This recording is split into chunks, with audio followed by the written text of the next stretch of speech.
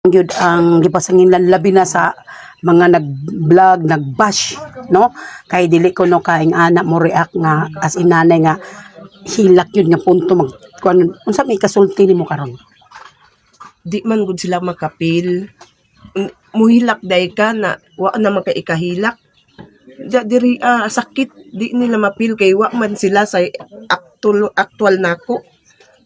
Gusto ra man gud nila na kanarang personal nimo ba mo rin makita i-judge na dayon ka wa ka kabalo dir sa imong dugaan ang imong nakapokus ang nahunaang anak nya gilain nagsabot kay wa kuno koy reaksyon ang reaksyon tago na gusto na kalmado tan-aw sa ila para di ko ako'y masakitan gud di ko mag-control sa kanang kagalingon kay ako ra gyapon maapektuhan.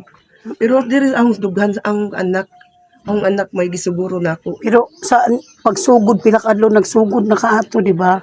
Grabe na nimo. Makakita ko sa nina tanaw ra ko ng pictures ang anak ko. Di mo maluoy. Daingon-ingnon ninyo na ako'y nagpatay. Unsa nimo ka pinangga si Ayan sa imong Labaw pa sa akong kinabuhi.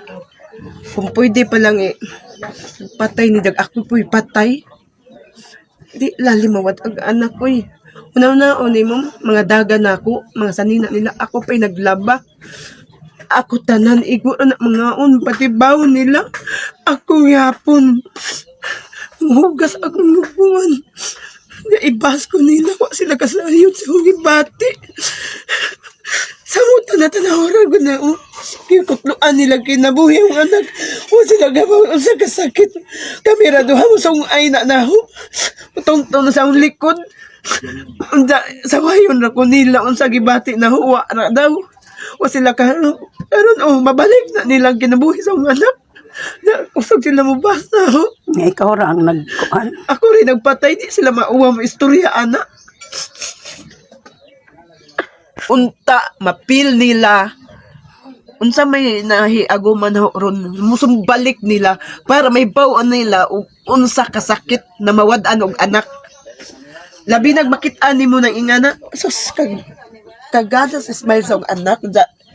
Nagbuot-buot na silang patay. Da ako pa'y pasanginglan. Sus, Ginoo ko. Suko na lang. Para magaan po ng unahuna. Suko sa pulis. Kay, bisag unsaon way aso makumkum na ang Ginoo saksi. Unsa kamahal na ang anak. Maunay mo mensahe sa nagbuhat ani. Maudjud. So nagtuod jud ka ma'am gipatay siya. Dili man na pag nagkuha. Gipatay ka doon si mga among-amungan dyan. Sa kalayo sa iyang nahimutangan na patay na buwaday siya.